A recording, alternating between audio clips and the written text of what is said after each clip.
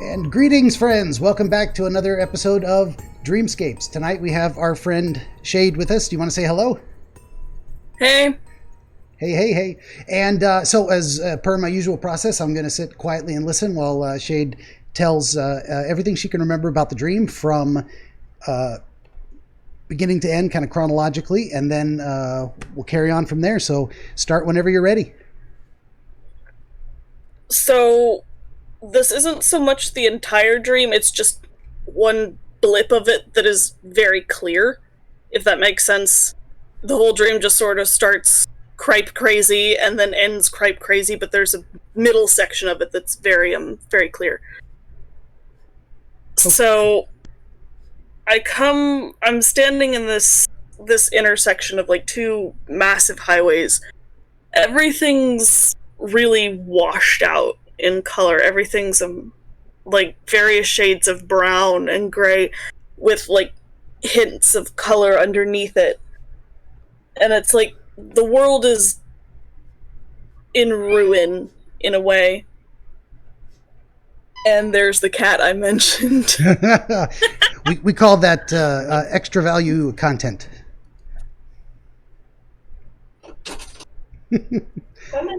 Gives me a chance to catch up on my notes. It's all right. Hopefully he won't start meowing to go back out. That's okay. I want in, I want out. I want up, I want down. Feed me, don't feed me. Pet me, that's enough. I know, this boy. Gotta love cats. Right there. Absolutely. Okay, so just to catch you up where you left off, hints of color beneath the brown and gray, a ruined wasteland. You're standing in an intersection. Yeah. I mean, there's some nature to it, but it's lacking vibrance in a way. Okay. So I'm just feeling very sad, confused, and there's a lot of pressure. Everything feels heavy on my mind. And I'm looking for somewhere to go, and I don't know where I'm going or how to get there. All I know is I'm just trying to find this place, and quickly, and I don't know how. So I'm kind of in the middle of this crossroads, lost and alone. As I'm walking around, I see nearby is a white mare and her foal grazing in like a little copse of trees. And it crosses my mind for a second to take the mare and leave. But I can't, because who's going to take care of the little foal, you know? And the foal's too small to ride or keep up, so I'm frustrated, and I sink to my knees in the middle of the intersection, just sort of waiting for whatever comes. But there's nothing. All sides of this intersection are completely devoid of traffic. And then, just sort of out of nowhere, comes this very large stallion. I don't know how. I just know it's a male, not female, not something else. Sorry, I can't think of something else to say regarding that bit. Sure. Gelding, that's the word. Ah. And he's transparent, almost invisible, and I can just barely see him. I'm not sure if it's he wanted me to see him or he needed me to see him, but it's like there's just light reflecting off his coat, like light off a piece of glass. Just sort of illuminating the curves and the edges of the figure. And he's very strong, and he just walks up to me, afraid and without weakness, and then he slowly lowers his head, sniffs me, and that's when I see the light sort of glint off a very long horn at the center of his head. I'm like, that's a unicorn. I pet his nose, and then he helps me up, and he begins to sort of take me away from this place.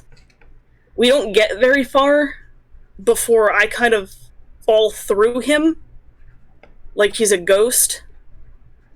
and then I try to follow him further, but he vanishes. He's just too fast for me to keep up with him. And that's about where things stop making sense. Okay. I did it again, too. I have this one little thing that didn't tear off properly. I hate that. I hate that. Now I have broken paper. Ah! Drives me nuts. That's okay. I was writing as fast as I can. I think this thing's about dead, too. Well, let's start a new tradition on the show. Dead soldier. Whew. Got another one. There we go. 2.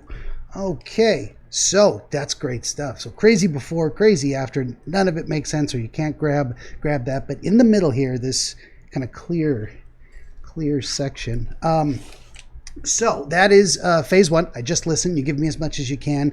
Now I'm going to go back and I want to pull out more details. And this helps, number 1, put you back into the dream a little more fully, what you were feeling and experiencing. But it also helps me kind of get a mind's eye picture of what you're actually describing, because I think I see it, but I want to make sure. And because the clearer I can see it, the better we have the same picture, and I can try and figure out what's going on.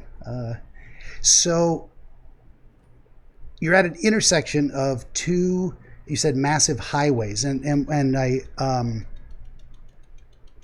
want to get a picture of that in my mind if I can, like multi-lane highways, but they intersect. Usually a highway would have... like multi-lane highways. Like you have a, going one way, going the other way, and then there's another highway that comes through it that's just one. If that makes sense. Like a single lane highway intersecting? Yeah. Okay. Not necessarily a road, but like a very large highway that intersects through it. Okay. So you have 2 parallel lines and then 1 perpendicular line. Okay. And it's interesting because normally there would be, like, a highway doesn't have a cross... Doesn't have that kind of intersection. Doesn't have an intersection. Yeah. So I was trying to wrap my brain around that. How exactly they intersect? But they intersect like maybe a city street would. It's just open, and there's a empty square in the middle where traffic could go. Yeah. Anywhere. Okay. Basically.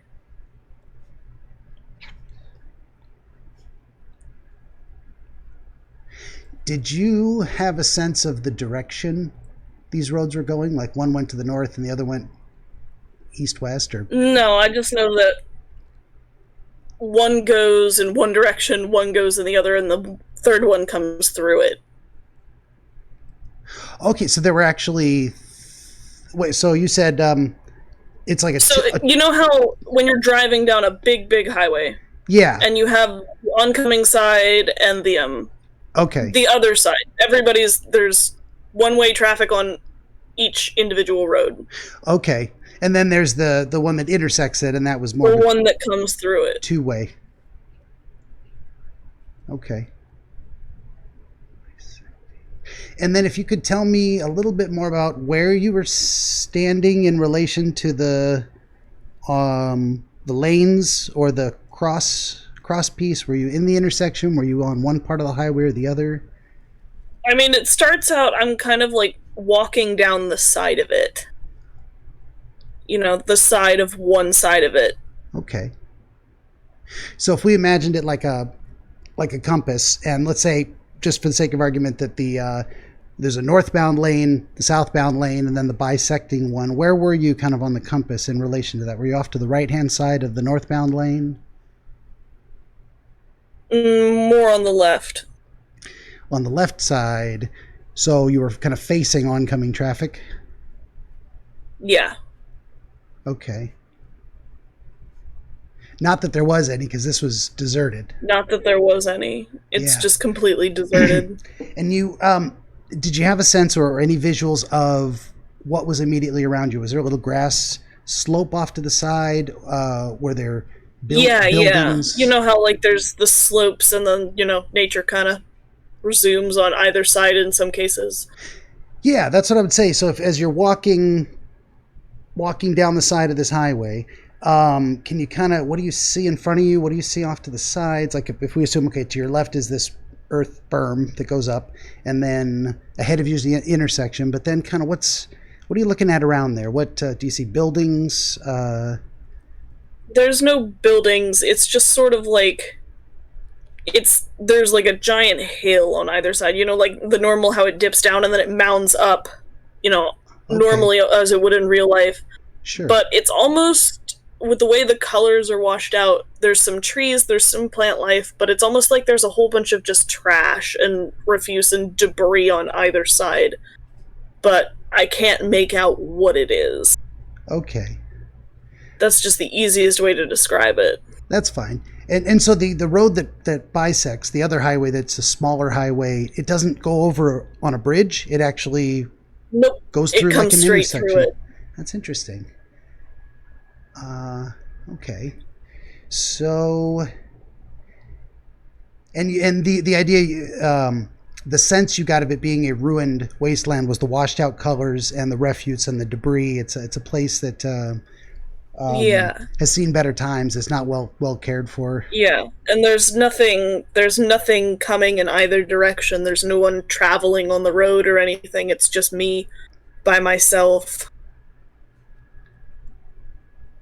Okay. And then, you said lack of, or very little nature, but no vibrance to it. So, yeah. Some.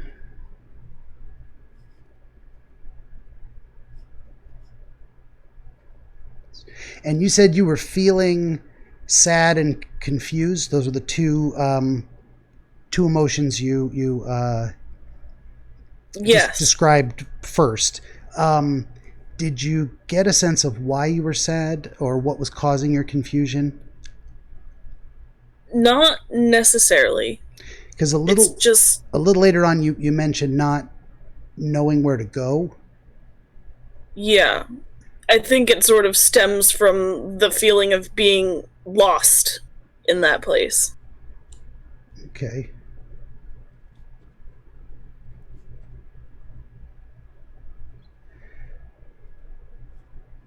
Okay.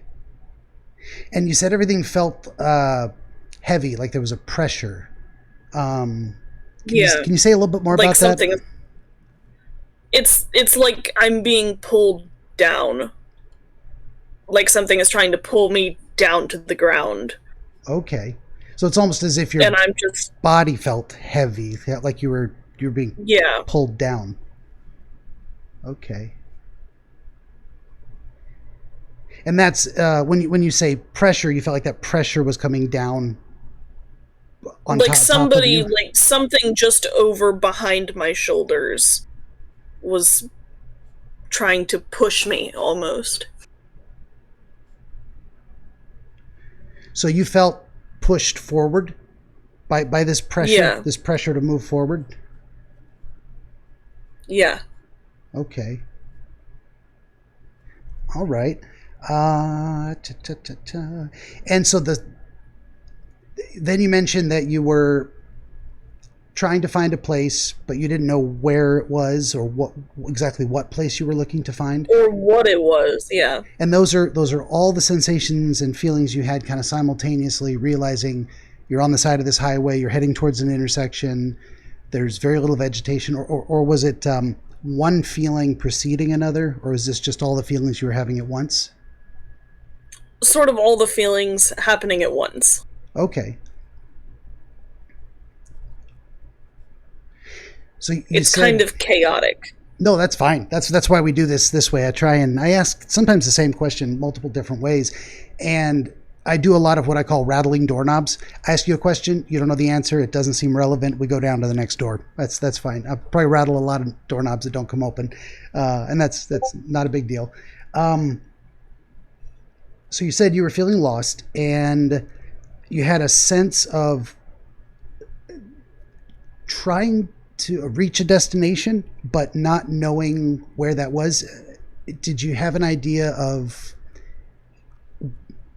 what am I trying to say? Trying to find a destination.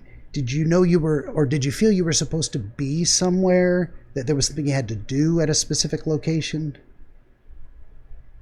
Not necessarily like, I don't know, like a sort of I am destined to be at this location, I need to be there, Sure. but more of a I need to get back to this place.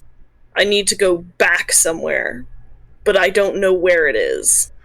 Okay. I need to return to a place. Okay.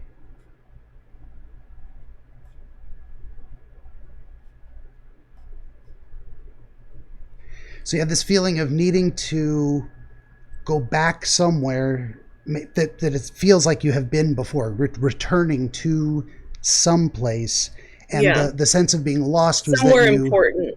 somewhere important, and Yeah. the sense of being lost was But you don't know which. can't place what it is. Okay, and the sense of being lost was Hold on, you you're don't. cutting in and out on me. I'm sorry. Let me know when it stabilizes. I'm hoping I'm coming through okay. Testing 1, 2, 3. Yeah, the audio's coming through okay now. Okay, and sometimes the video gets screwy, so I'm sorry about that. Okay, No, it's okay. It's good now. Yeah, it's doing much better. Wonderful. The joys of modern technology. Well, it lets us talk. I'm amazed by that. I mean, as much as I could be angry that, damn it, why doesn't this stuff work when I want it to? I'm amazed we can do this at all. Like 100 years ago, we'd be writing a letter to each other and sending it by Pony Express. Blows my mind. But I love it. Lets us do this. So let's, hope that continues. So we were getting into the idea of returning to some place that you feel like you had been before, trying to go back. And the feeling of being lost was not knowing the path or the direction of travel to get to that destination. Yeah. Okay.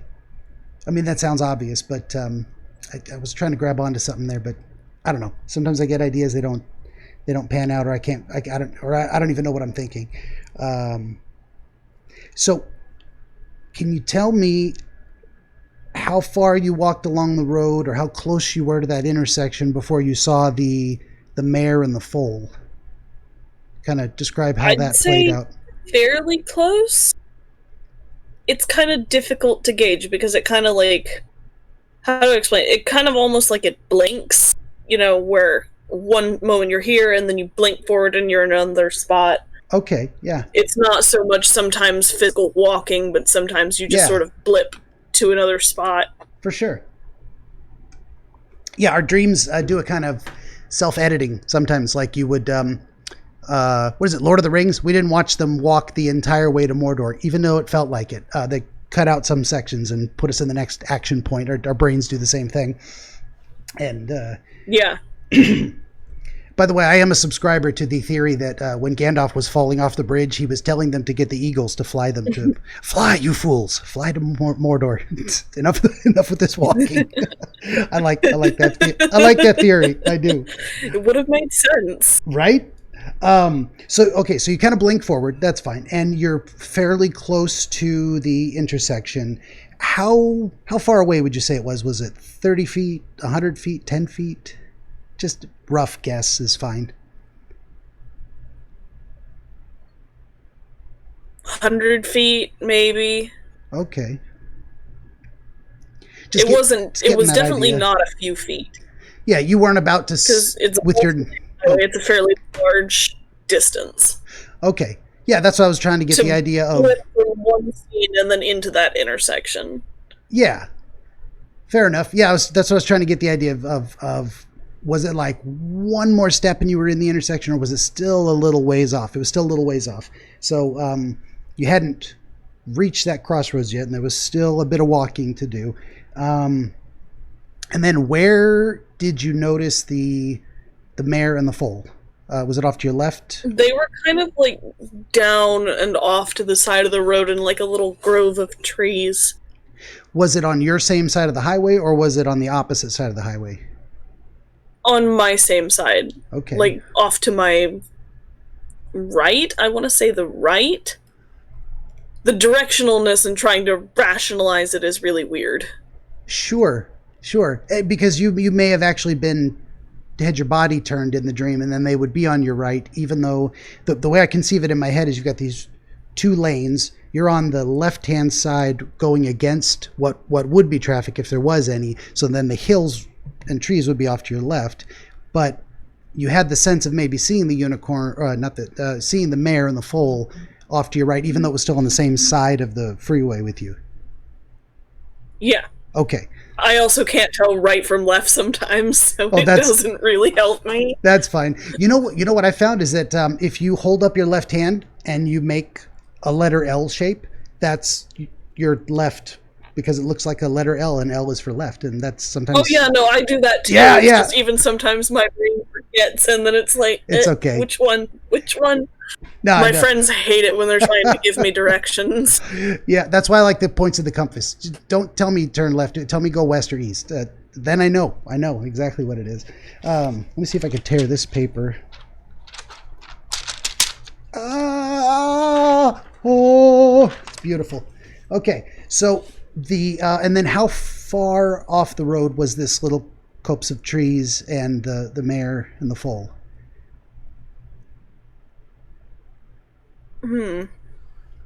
I'm trying to think. It's okay. Trying to rationalize distance in that space. Yeah. Definitely not 100 feet, but definitely not super close, and not way, way, way, way off. Like, no more than 500 feet. So they were actually further away from you than the intersection? They were, maybe they're close to being about the same distance. It's hard to say. That's fine, yeah. And they do kind of feel the same distance, but also not. Okay. And I don't even know if any of these details mean anything. They might not. Sometimes they do. I put some pieces together later. Sometimes not. It's almost like we're working on a puzzle, but it's like 5 or 6 different boxes got dumped into a pile, and we're trying to turn over the cardboard side so we can see the picture on each one, and we don't even know if it belongs to this puzzle or not. So it's I feel completely in over my head, overwhelmed, and like I'm never going to be able to make sense of anything. And somehow by the end of the talk, we figure something out that makes sense every time. I don't get it. I have no idea how this works. I just enjoy doing it. And I actually kind of enjoy that feeling of I have no idea what I'm doing. I don't know how this is going to go. I don't know if anyone's even going to care. It's kind of fun. Enough about me though.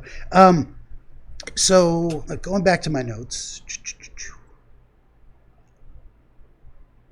You see them over by, and when you see them, are they doing anything? Just grazing? Are they staring at you? They're just kind of with their heads down, grazing, just kind of standing there. They don't acknowledge me at all. Okay. They just sort of are going about their thing.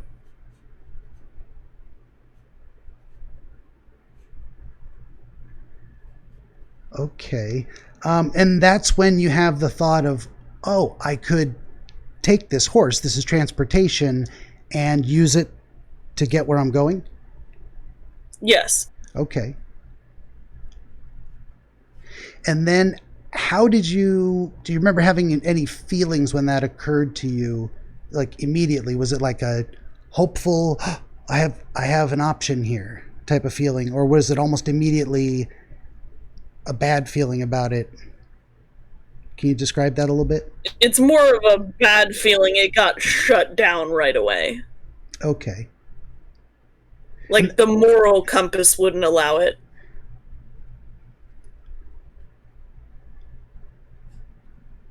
And you kind of described it as the moral compass said no, that would leave the foal without their mother alone. Yeah. Can you describe a certain feeling associated with that idea of leaving the foal without a mother? Like what were you feeling at that moment when you thought this is a bad idea? There was probably some feeling you were having at that moment.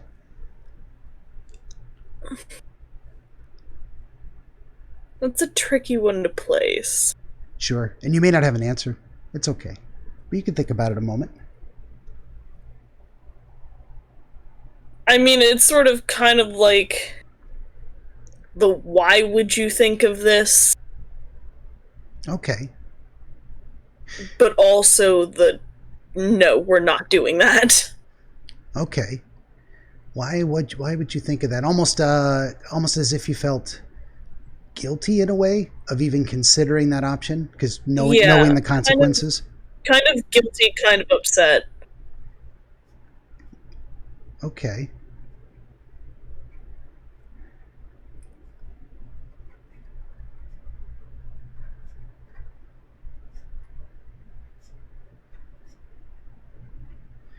Okay. When you made that decision, did the behavior of the horses change at all? No. No, they I just kind of at that point had turned away from them. once you decided Started I'm not doing walking that, away from them. and you started walking Yeah. away from them. Okay.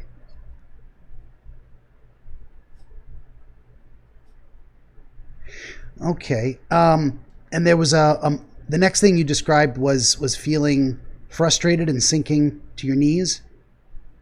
Yeah. And that wasn't that was after you started walking away from the mare and the foal. Yes. Okay. And did you have a sense of why you were frustrated? Was it directly related to not choosing not? It's sort of related to them in the sense that I can't get out of here. Like, there's no hope. We're not getting out of here. How do we leave? I don't know. I don't know. I don't know. Just sort of overwhelmed. Okay.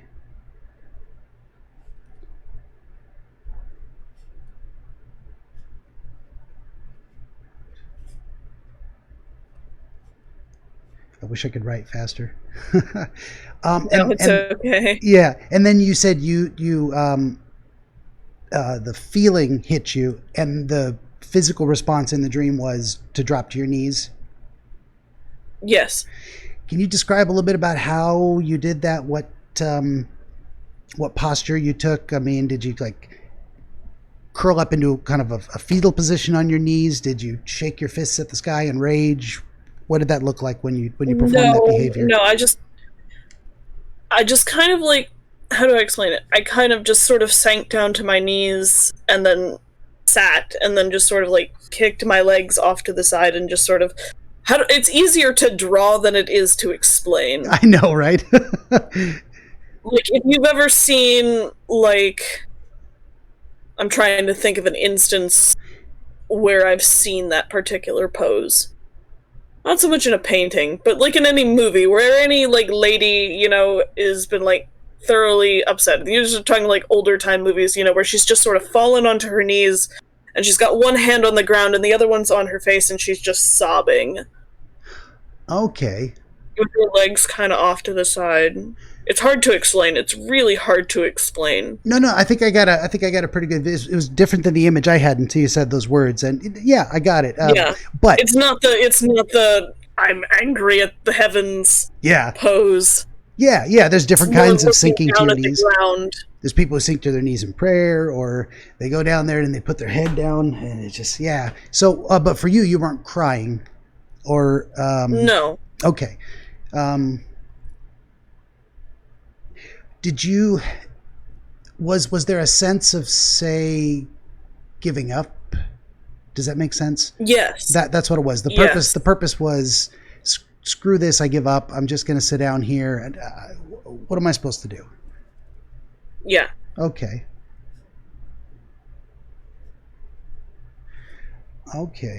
And then you described waiting for what comes next. Yeah. You had the sense that something might happen if you just kind of waited? Waited, yes. Okay. Either that or wait for something to come and hit me, essentially. Okay. But nothing comes initially. Okay. So you felt that if you gave up and just sat there, some external force might come along and solve the problem for you in kind of a more put me out of my misery kind of way? Yeah. Okay.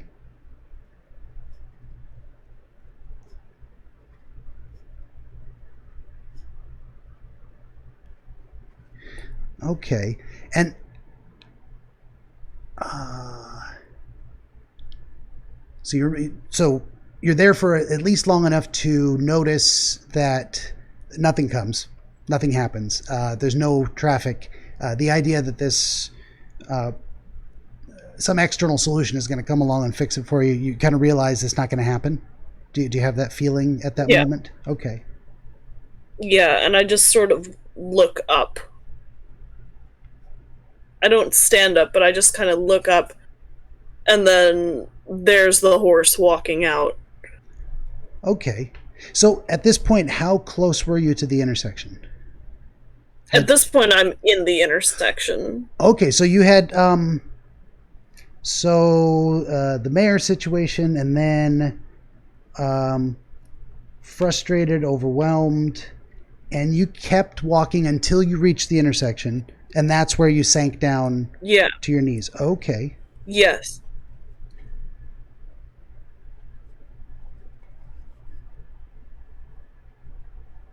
I'm sorry, I forgot to ask. That was No, it's okay. That's probably important. The idea that this is, well, I think it's all important, but the idea that this is not taking place as you're still trying to get there, but you've got there, and it was pretty much, you might say, arriving at this intersection that you're looking around like there's nothing here, and that's when you had that overwhelming feeling and you sank to your knees. Yes. Okay, gotcha. Sorry, I'm dry. The longer I talk, the more raspy I get. Got me a whiskey voice. Okay. And so you were walking on the say left-hand shoulder into oncoming traffic, so to speak, or against oncoming traffic. And where did you end up in the intersection? On that same side? Did you walk to the center? Did you cross over somewhere? Like smack in the middle of it. Okay.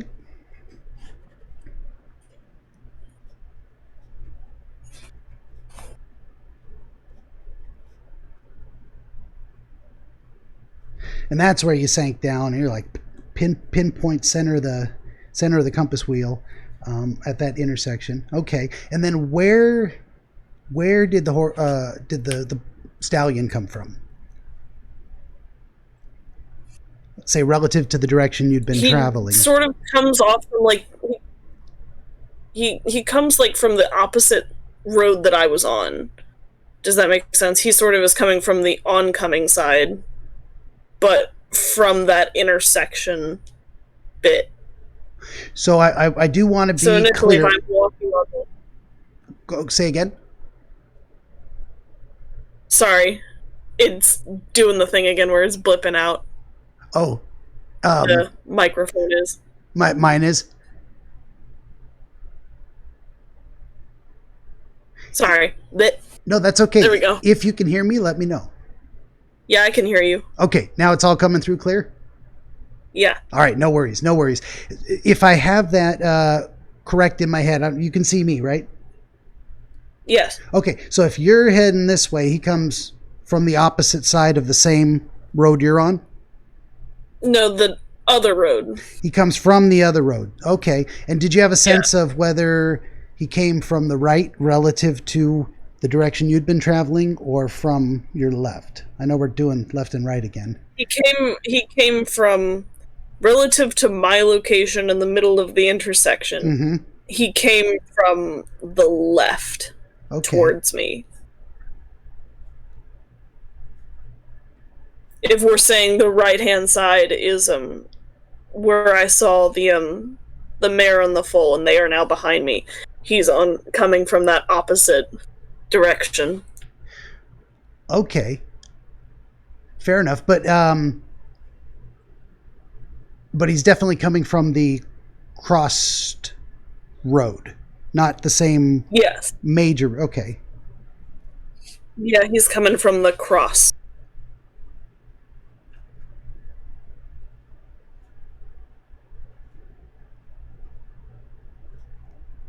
Okay.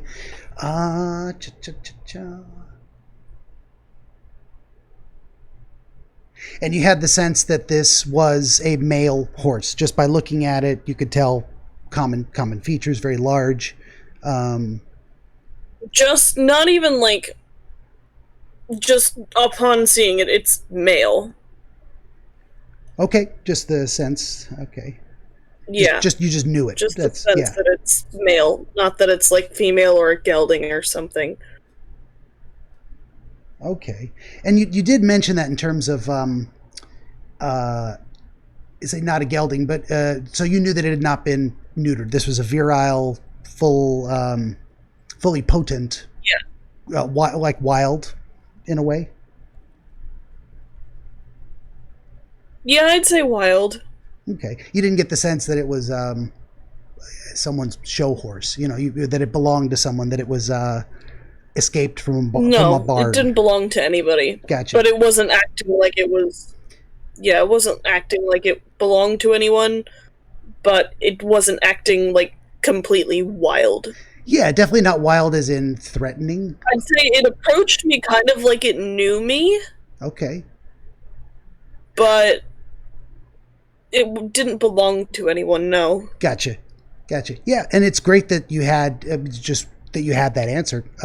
I could have asked and you had no idea, but actually you did have that sense that this. Well, anyway, we don't have that, but I love that. I love those little details. I think might be important. Before we get to it approaching you, can you? I know you described it had this kind of transparency to it, almost like it was invisible. Is that something you noticed while it was still at a distance?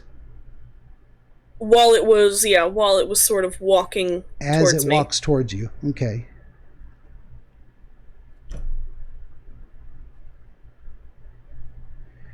Did you have the sense that it seemed more solid at a distance, and as it got closer, that's when you noticed it looked off?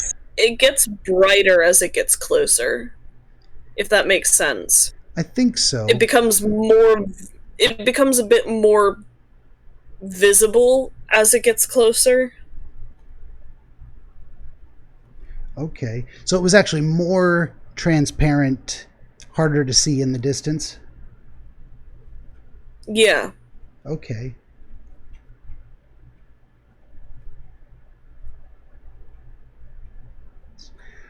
Okay. And you got the sense that as it was approaching you, the reason you could see it more and more clearly was that it wanted to be seen? Yes. Okay. It's sort of the case of anyone else wouldn't have known it was there unless it wanted them to. Okay.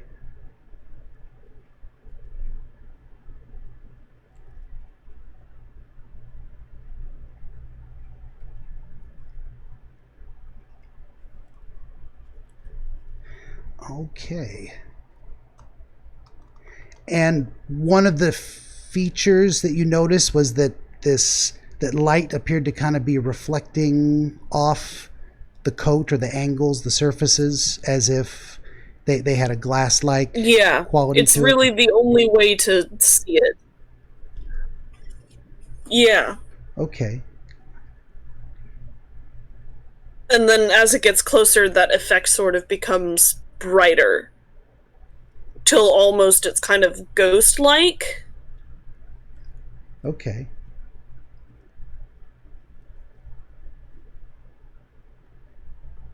Okay. Here we go, trying the magical trick. I need to figure out how those magicians pull tablecloths off. Maybe that would help. Okay, so we're getting there. And you had a sense, did you have a sense of whether this light was coming from it or the ambient light was reflecting off it? Just curious. The light is coming from it. Okay. When I think about it. Okay. There isn't really much, even rationally inside my mind, there isn't much in the way of light in this place, like sunlight. Okay. To cause that effect. So it's like it's emitting it. Gotcha. So it's almost as if there was there was light enough to see in this area because you could identify objects visually. Yeah. But there was no sense of there being a bright sun anywhere. No, it's kind of like a cloudy day almost. Okay.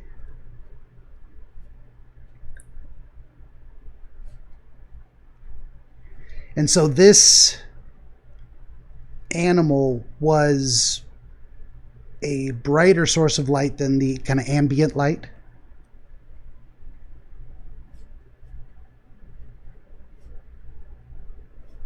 Yes. Okay.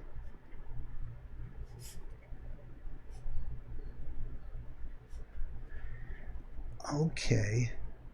So we're at this point it has reached you, and what you mentioned feeling is a sense of strength from the animal. Yes. Can you describe a little bit about what that felt like? What do you mean by strong, or just like physically big? This is a strong horse. Physically, but also physically, but also emotionally.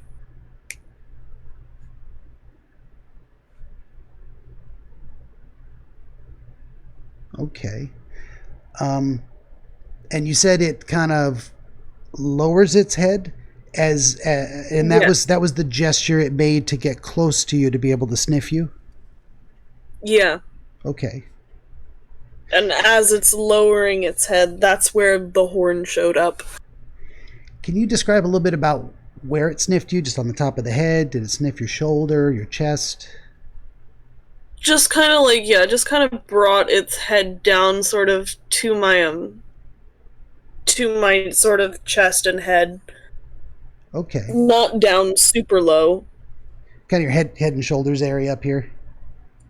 Yeah. Okay. How close was it, would you say?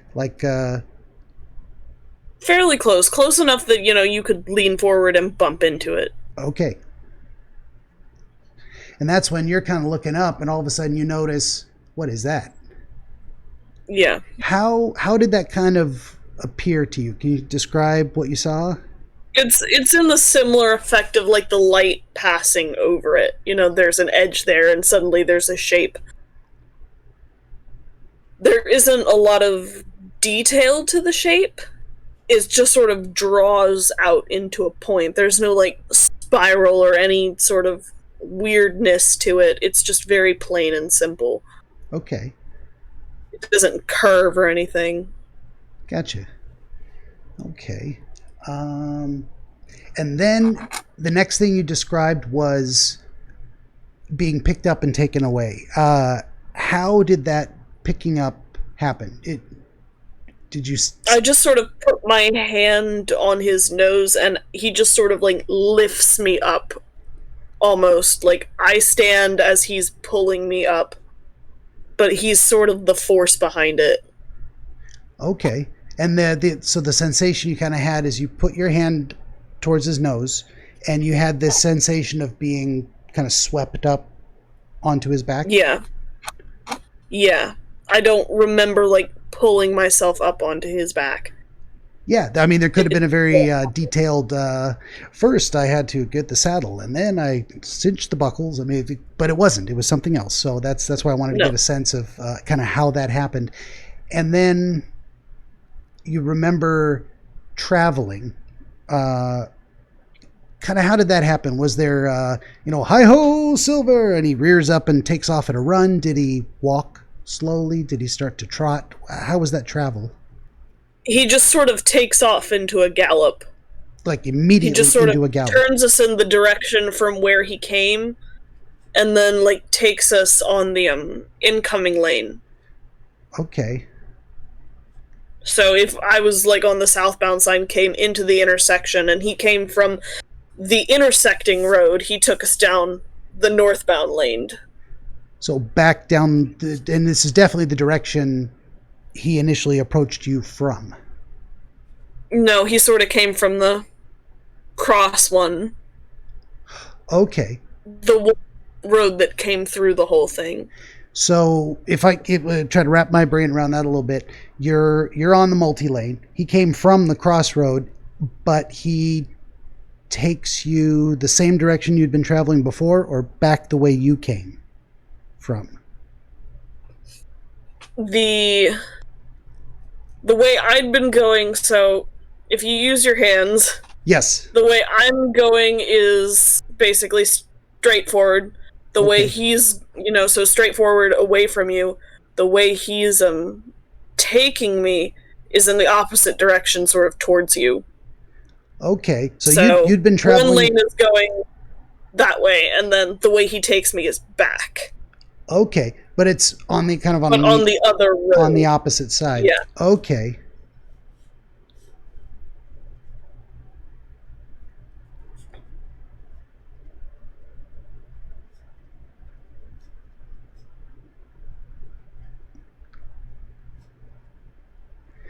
Okay, and as you're traveling, did you get a sense of how long it was before you felt your ability to stay with him start to fade? It wasn't very long.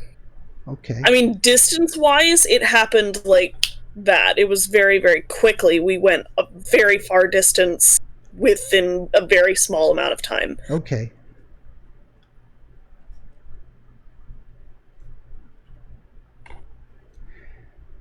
And did you get a sense of what was around you when that fading through him started to happen?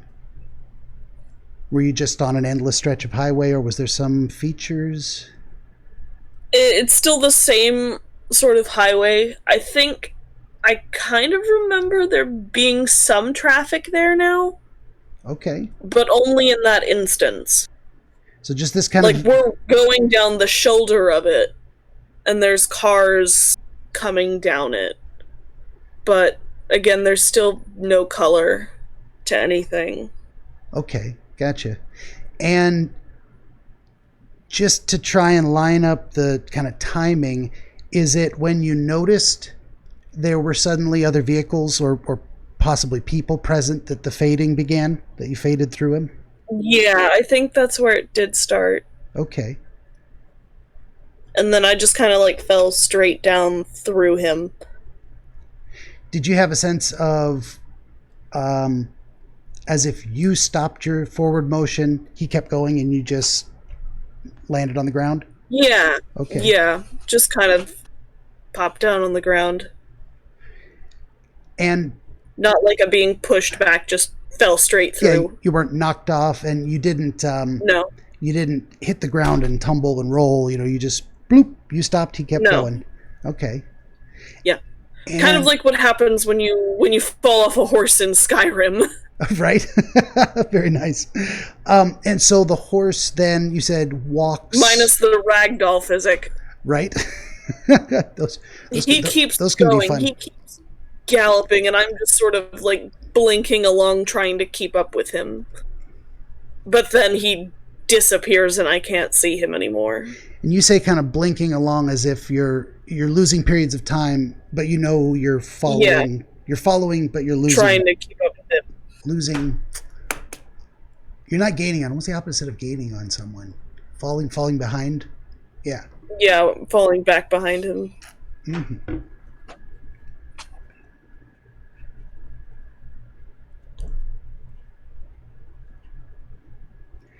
And then,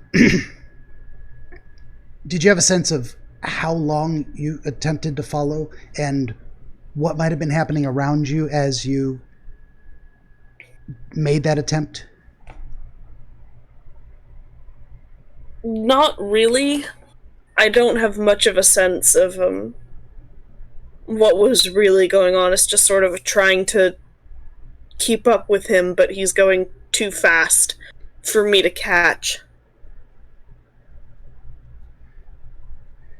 And you still had a sense that there was other people around in that direction of travel? Okay.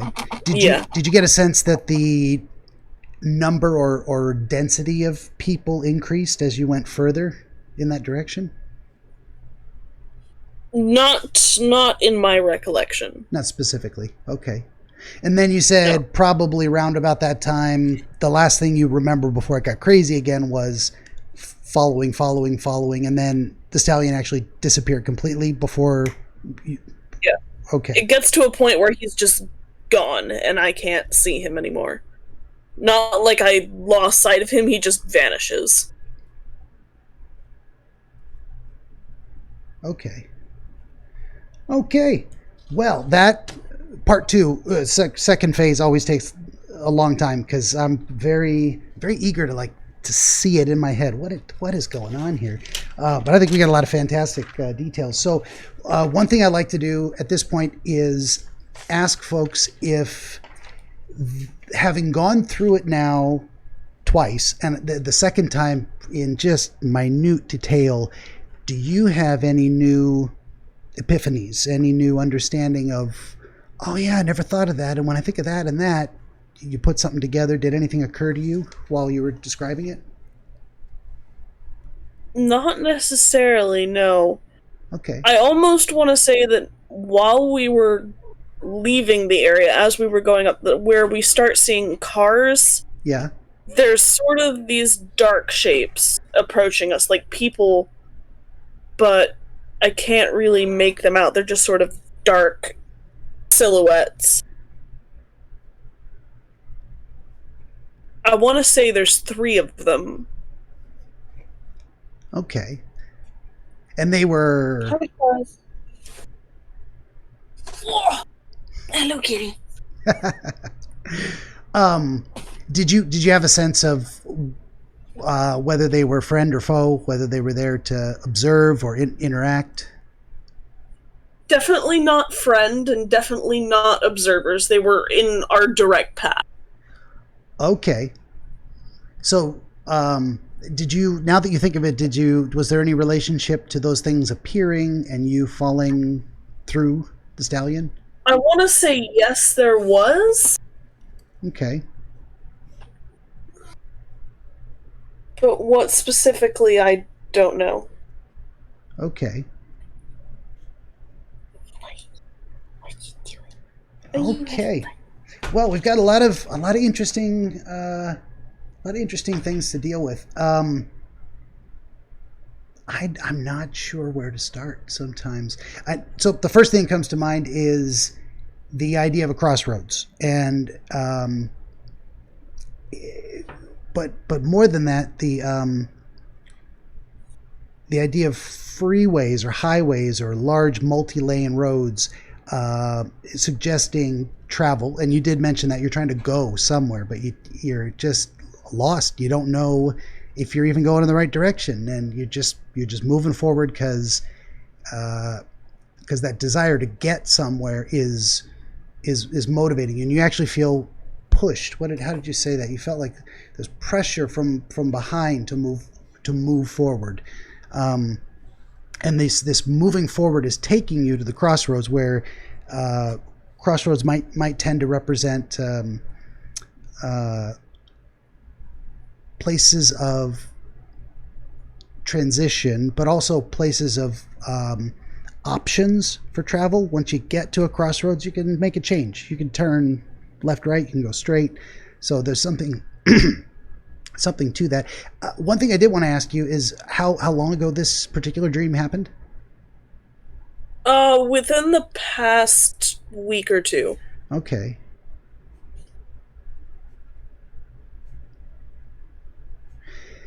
And can you think of anything going on in your life where you had to make a decision about something, or whether you were or you were trying to make a change in your life at that time, or maybe a change was happening whether you wanted it or not? Does that sound familiar? I mean, in my mind, no. Within the recent area, yes. I'd gotten into a fight with some friends several months ago, and it's been a very sore process. Okay. Because they no longer talk to me, and I no longer talk to them, so... I mean, and then on top of that, there's just the general stress from work, and suddenly my schedule went from, 30 hours a week to 60 hours a week to make up for a lack of staff. So That's a big my deal. world just sort of went crazy, and it's like nothing feels like it's changing, but I guess it has. It seems like all the pieces are the same, but the shape of those pieces is different. Yeah. I don't know if that's. I don't want to Kind put of words like, in your mouth. it's a sea of chaos, but somehow you're still standing still. Sure. Gotcha.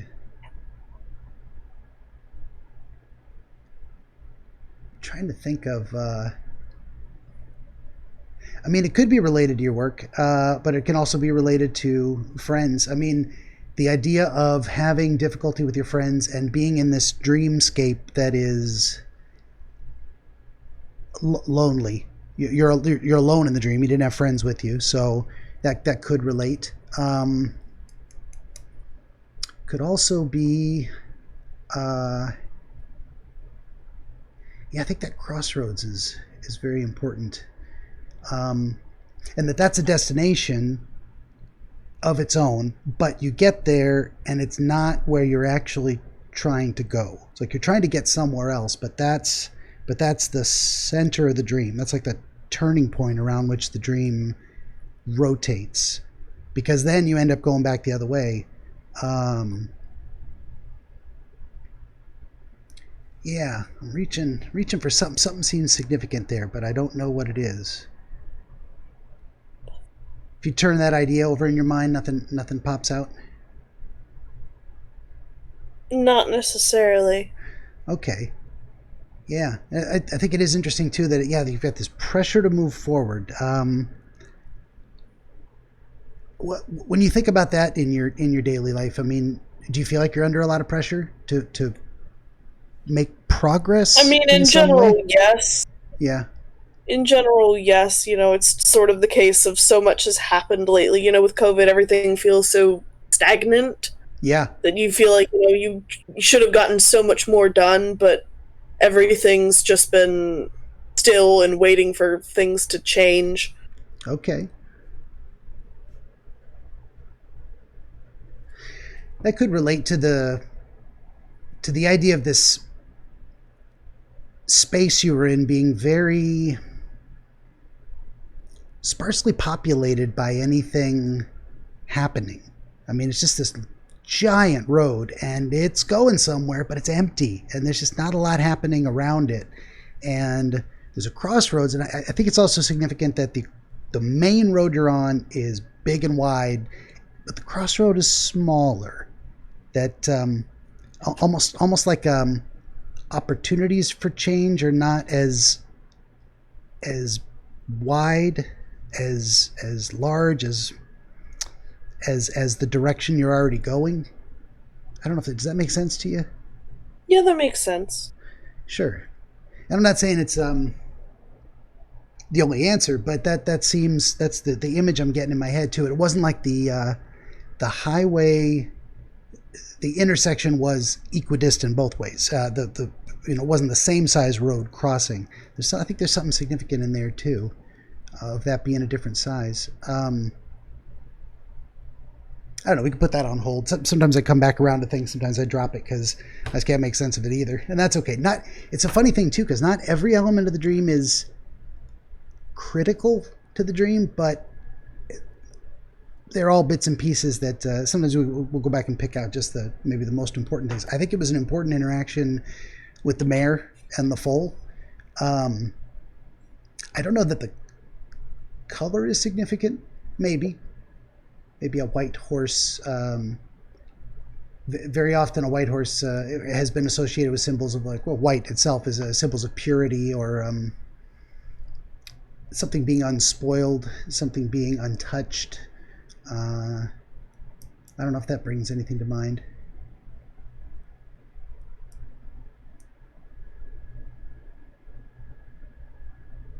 Not really. Okay.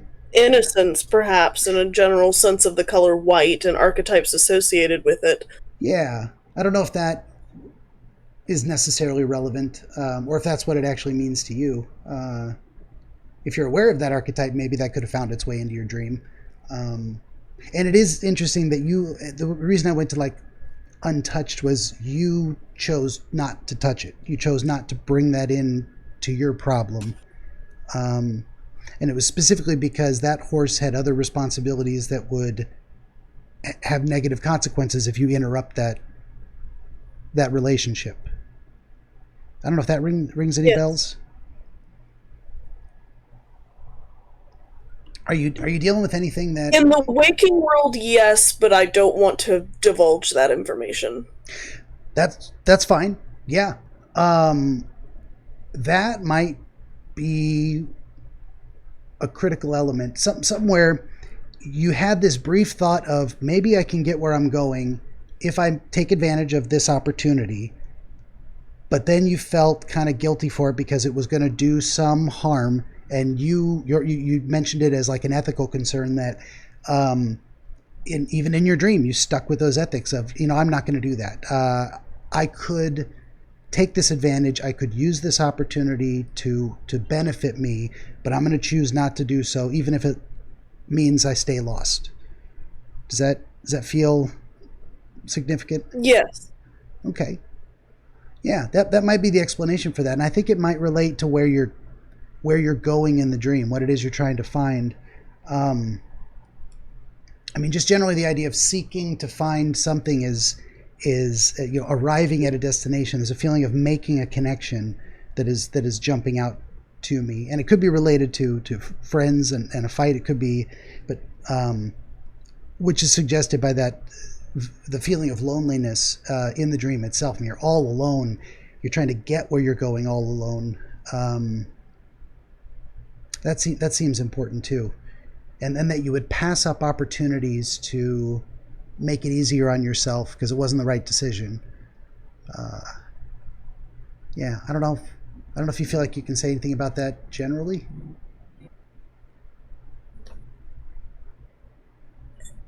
Sorry, I'm a bit distracted. My cat wants to be pet right now. That's okay. It's you heard what I said? Yes, I did. Okay, fair enough. And it's sort of hard to like. It's one of those very abstract things that's hard to say it in its entirety without saying way too much that needs to be said. Sure, and it might relate, it might not, but if you think it relates. The individual pieces of it relate to things in the waking world, but I don't want to divulge specifically what they are. Fair enough. Yeah. It's and that's a tough one too, because that sort of individual scene has a connection to somebody I know, but it's not my place to divulge that person or their problems. Sure, I got you. That might make it a little rough on getting a full sense of what we're dealing with here, because I think that but the ideas are mostly what's important. Is that what I'm looking for is a lot. What is it to make sense of something? It's to find a kind of coherent narrative that ties all the different elements together and shows why the pieces occur where they did. That's why I'm very obsessed sometimes with chronology. Did this happen first or did that happen first? Was it related? Did it see you? Did that trigger something? Because very often those elements in the dream are trying to tell you, or you're trying to process your way through, I think this is connected. And if your waking mind can't connect those dots, your abstract sleeping mind process says, let's kind of like this, and then that happens. And you're supposed to help you figure out how to put those pieces together in real life, and it's not always that easy. So I think it's also important that you get to the crossroads, that you made it there on your own, and that itself was a place that something happened, even though it wasn't the final destination. It wasn't the place you were actually looking for. In fact, it was just the place where you broke down, where you finally said, I don't even know which way to go. I'm at this crossroads and I'm still lost, even though I've got these opportunities around me. Does that still relate to that other situation? Yes. Okay. And then you've got, only after you had given up, like a complete, not, I don't want to say surrender, but how would Surrender you? seems like the right word in my mind. Yeah, that was the first thing that came to my mind, but I thought there might be a better way to say it. Is that, yeah, it's that giving up, but it's not just giving up. It's like saying it's like an acceptance. Like, I'm just lost. This, Yeah. I am not going to change this on my own. A and then kind of a hero appears, or at least something comes to you at that moment of despair, in a way, and there's a connection made. There's and it's not another vehicle, it's not a person, it's not something that may be like a monster that looks scary but comes to, so the idea of this being, I don't know, what is your connection with horses and unicorns? I don't want to make any I assumptions. mean, in general, horses have been a favorite animal of mine since I was a child. I've never really had the opportunity to really like ride horses and spend a lot of time with them. I live around a lot of horse farms, so they're a very common sight for me. Okay. And I mean, emotionally, I find them as very magnificent creatures. But And specifically with unicorns, I mean, you laughed at my Lord of the Rings reference. I imagine you're a fantasy fan in general. yes. You've kind of had that association with unicorns as magical creatures. You'd love to meet one. You imagine them being kind. I want to say beneficent. I don't know if that's the right word I'm looking for. Benevolent? Benevolent, yeah. Looking to dispense give aid to the worthy, so to speak. Does that make sense to you? Mm-hmm. Yes. Like this creature would not have approached you if it thought you were a bad person.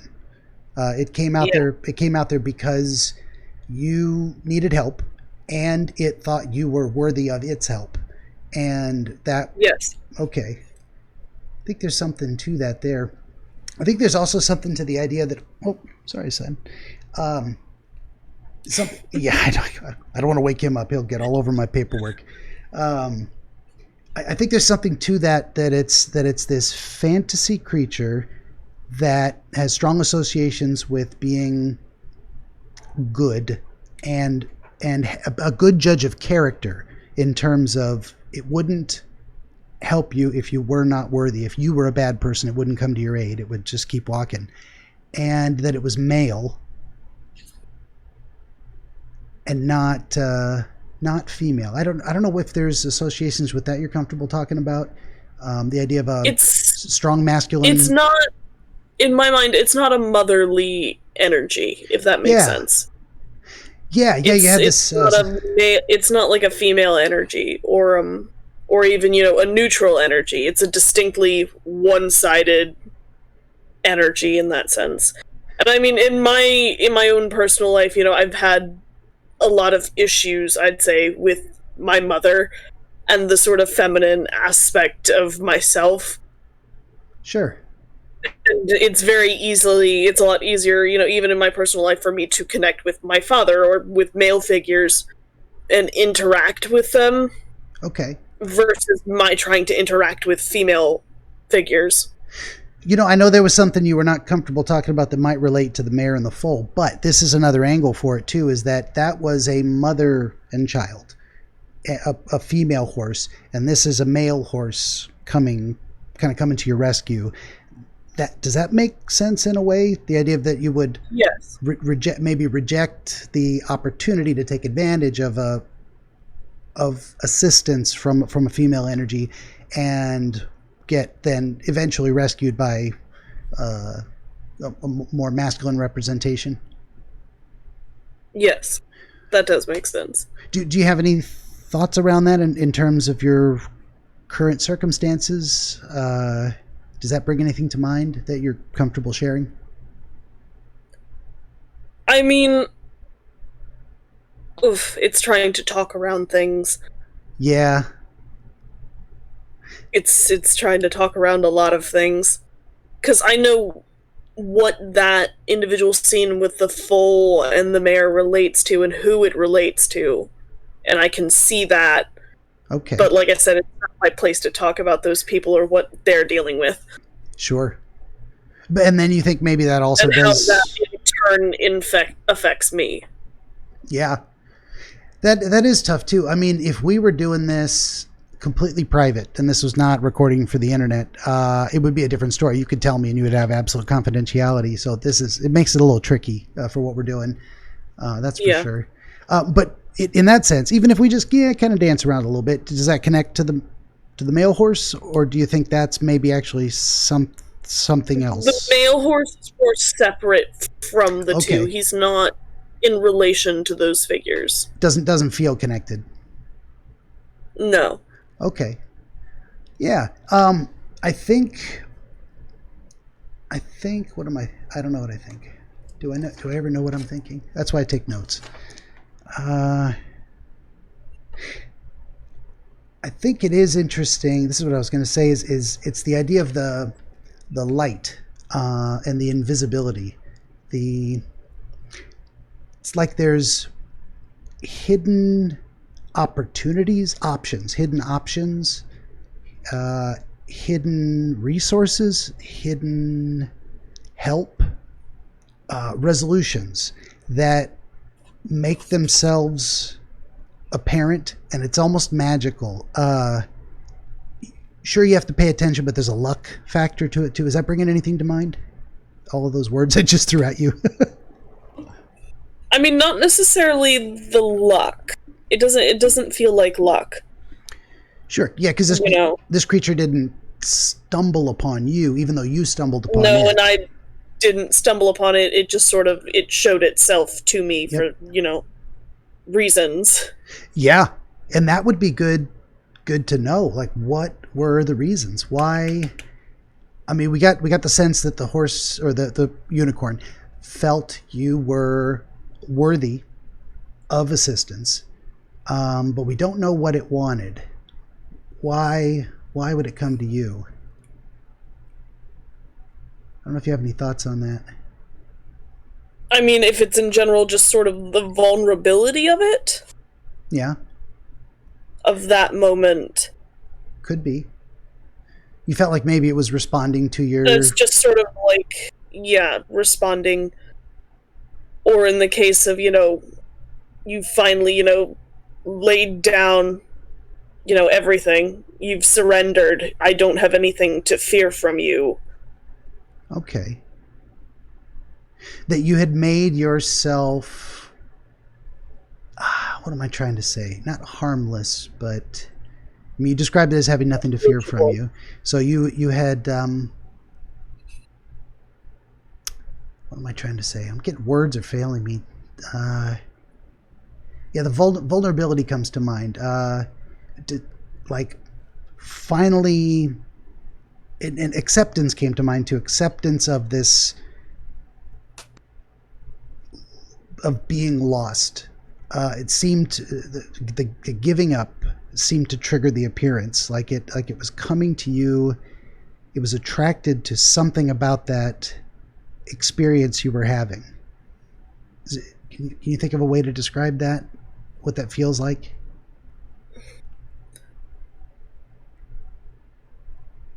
It's sort of... how do I explain it? It's just sort of like, oh, you noticed me, or I've been noticed, I've been seen kind of thing. Not in its mind, but in mine. So in your mind, it was approaching you because you had noticed it? That almost... Not necessarily. It's approaching to be of assistance. Okay. But my mind is like, oh, you've seen me. You know what's going on. Okay.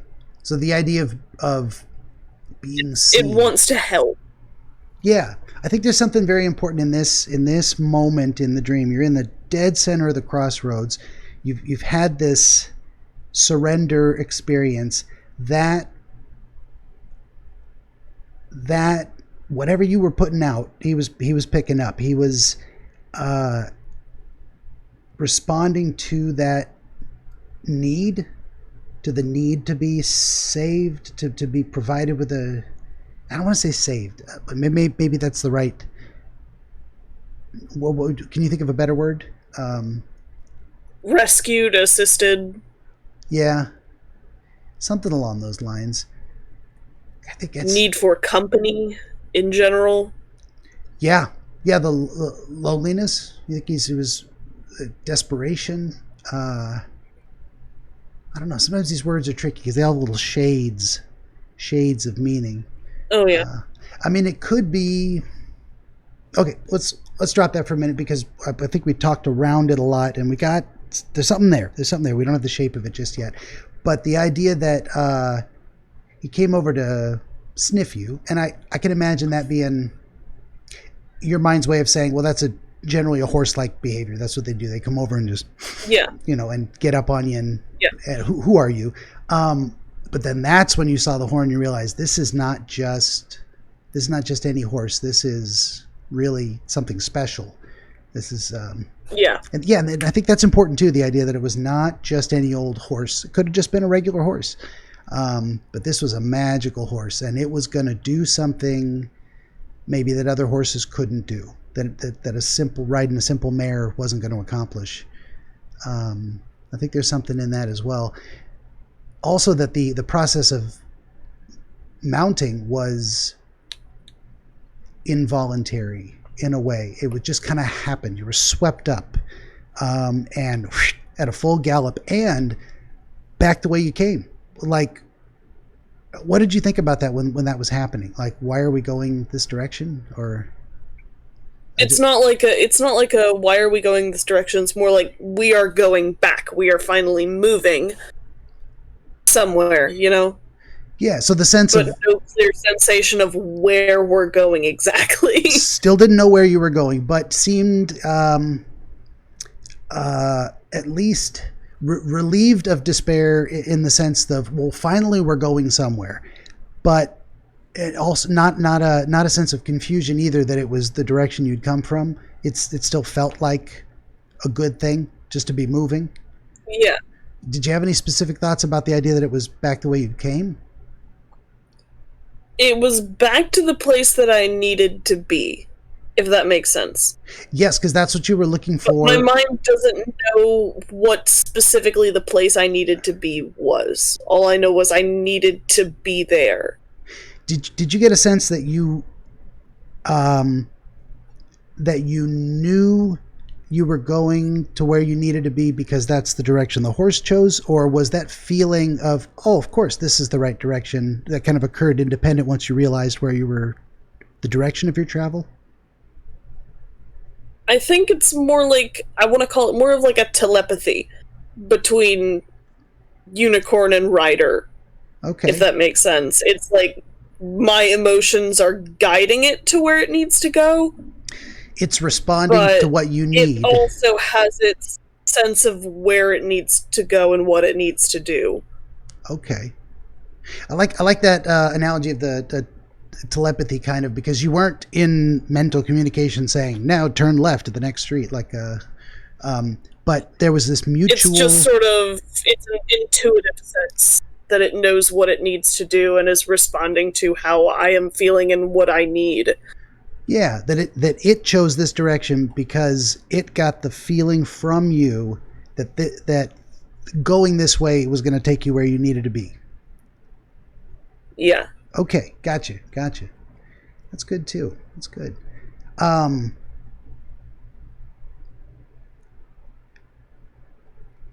having a look at my notes here. I think it's also definitely important that the first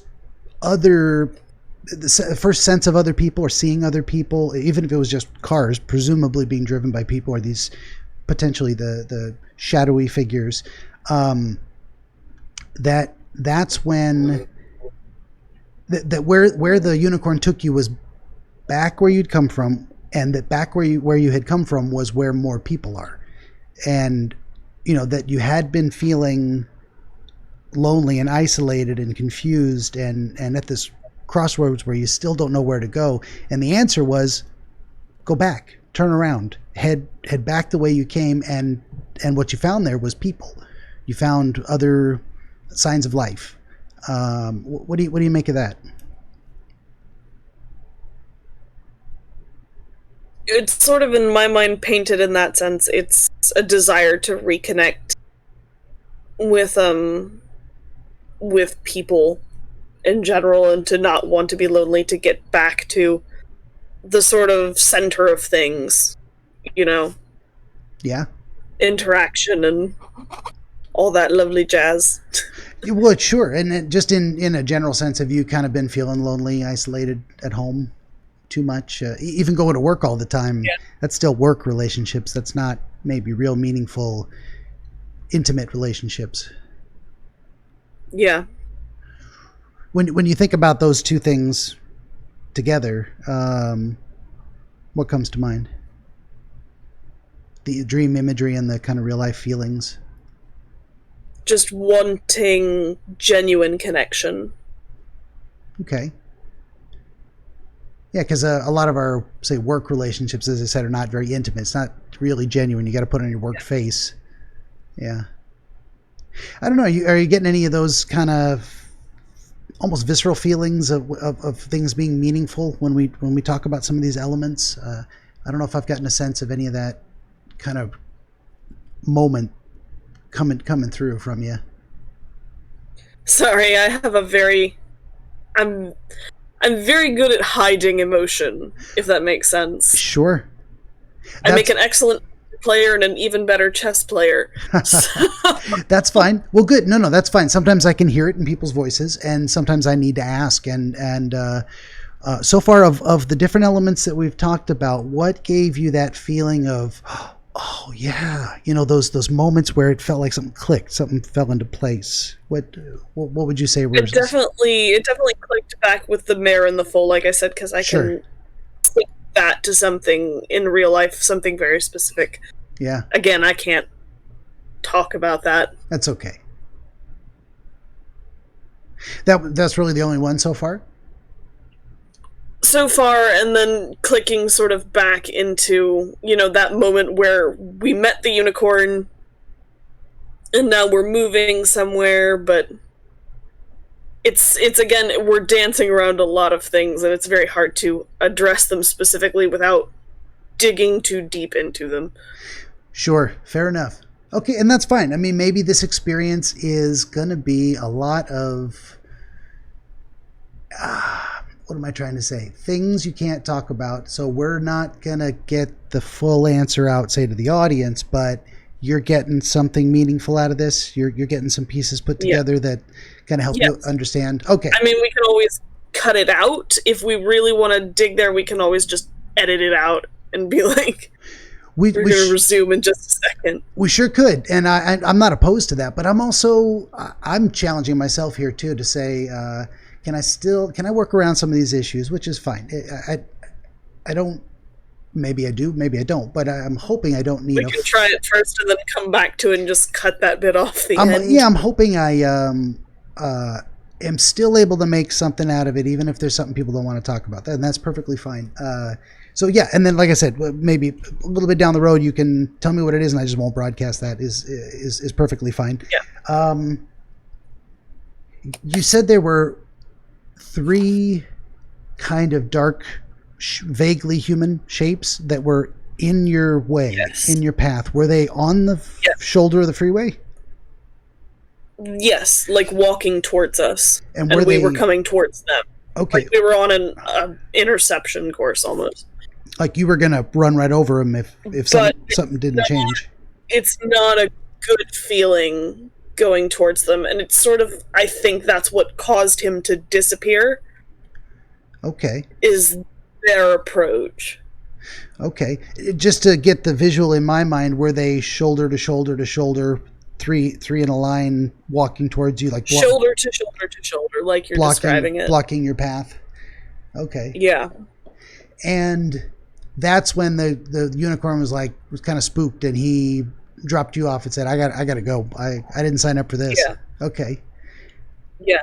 And did you said they were not like I'm abandoning you, but I can't, like, I'm not, how do I explain it? It's not an abandonment, it's a, oh crap, hide. Okay. So the like a unicorn response. Sure, like the unicorn had an involuntary response to these creatures, and it wasn't so much abandoning you as they are in even mythology. You know, they're very shy creatures, skittish. Yeah, yeah. So it wasn't as much the horse said you're on your own. It was more like this. The unicorn said, "I got to go. I can't deal with this. This was beyond his ability, or he didn't feel up to the challenge. This is beyond my ability." Okay, and then did you have any kind of interaction with those? No, not necessarily. Did you move beyond them? Did they block your path? Like, right when he disappears and we see them is kind of where things go back to crazy. Okay. Gotcha. Because you did describe a little bit of trying to follow him and catch up with him as he ran off. Did he run past those shapes? I think he disappeared like before we hit them. Okay. If that makes sense. He disappeared. I sort of fell off of him. Not necessarily like fell, but fell through him. Kind of ghosted through. I'm thinking of the scene from the Matrix when that guy flips off the car and just ghosts into the front seat. Something like that. Yeah. Yeah. And then I guess it's kind of like when I'm sort of resume like being steady and standing, they're not there anymore and I'm trying to follow him, but okay, and then they disappear. Gone. It's almost as if they appeared to spook the unicorn away because you were moving. I just had another dream recently where there were dark figures that presented a roadblock, a barrier to progress through to some other portion of the dream. And that's an interesting thing. Well, I mean, now two interviews in a row to have that. I'm wondering if that's something people experience. Maybe what I wonder is if it represents let's say, back it up a little bit and say the idea of a shadowy, vaguely human figure, but indistinct, something you can't really get a grip on. It suggests an unknown force, an unknown cause. That's kind of anthropomorphized into a human shape, but it could be anything. It's just this sense of something. I mean, this is more like, that sort of generic human silhouette. Yeah. But there's no, it's two-dimensional. There's no real, there's not a lot of feature or detail to it. Yeah, exactly. That's where I was going with a, vaguely anthropomorphic representation of a barrier. And what it would suggest is, it wasn't, you didn't hit a wall. It wasn't a monster. It was vaguely human looking, and it seems to me, or feels like it might suggest some element of yourself that wanted to put the brakes on your progress towards the direction you were going. Does that bring something to mind? Some hesitation or doubt? I mean, the other way to paint it is the argument with my friends. Sure. And just sort of feeling stopped by everything that's attached to that. Absolutely. And I mean, it might represent a part of you. It might represent external forces that are difficult to describe, difficult to get a grasp on. Like, if you saw clearly what it was, you might know what to do with it. But since it's an indistinct shape, it represents like the unknown barrier, a barrier that you can't. Yeah, I think you get what I'm saying. And the first thing that came to your mind was this, going back to the situation with your friends. Yeah. And you related that specifically to some of the circumstances maybe being out of your control, or the idea that maybe you don't understand exactly what the problem is fully? More like something has come back to haunt me. Okay, sure. Yeah, kind of vague shadowy figures could be seen as like ghost-like in a way. The return of Just past sort of problems or mistakes. yeah, the pain of it is stopping me from moving forward. It sure seems like it. Yeah, and yeah, because it seems like the narrative of the dream in general, like the overall picture, is you're traveling somewhere and you feel this pressure to move. You need to go somewhere, but you don't know where it is. You just that the need for movement itself, the need for progress, maybe to get Yeah, somewhere, to find a destination to be, and that only when you get, I'm not sure what to make of the idea of. I don't want to mischaracterize it by saying it's only when you surrendered that finally a solution offered itself. That may be an experience you're having in real life, or it may be wish fulfillment of like, maybe if I just give up, something will happen and I can figure out what to do. Does that feel right? Does that make sense? Either way? yeah, it does make sense. I'd say it's more on the lines of like sometimes you need to surrender to actually see the things in front of you. Yeah. And you may be in some part trying to tell yourself you're trying too hard. You're putting too much effort into something that's taking you nowhere. And if you just put it down, maybe things will be better. Maybe then there'll be a chance to find a new direction of travel. I don't know if that's making sense. Yes. Okay. Yeah, and I don't ever want to give these ideas that I have the weight of advice. So what I'm not telling you you should do that. What I'm more saying is that there's at least some part of you that thinks that might be the way forward. If you just kind of not only that, not only giving up in a way, putting it down, stopping the search, accepting that it's not happening right now, but maybe even going backwards, maybe even Yeah. retracing your steps, or again, that might be suggesting of a wish fulfillment type of thing, like maybe if I just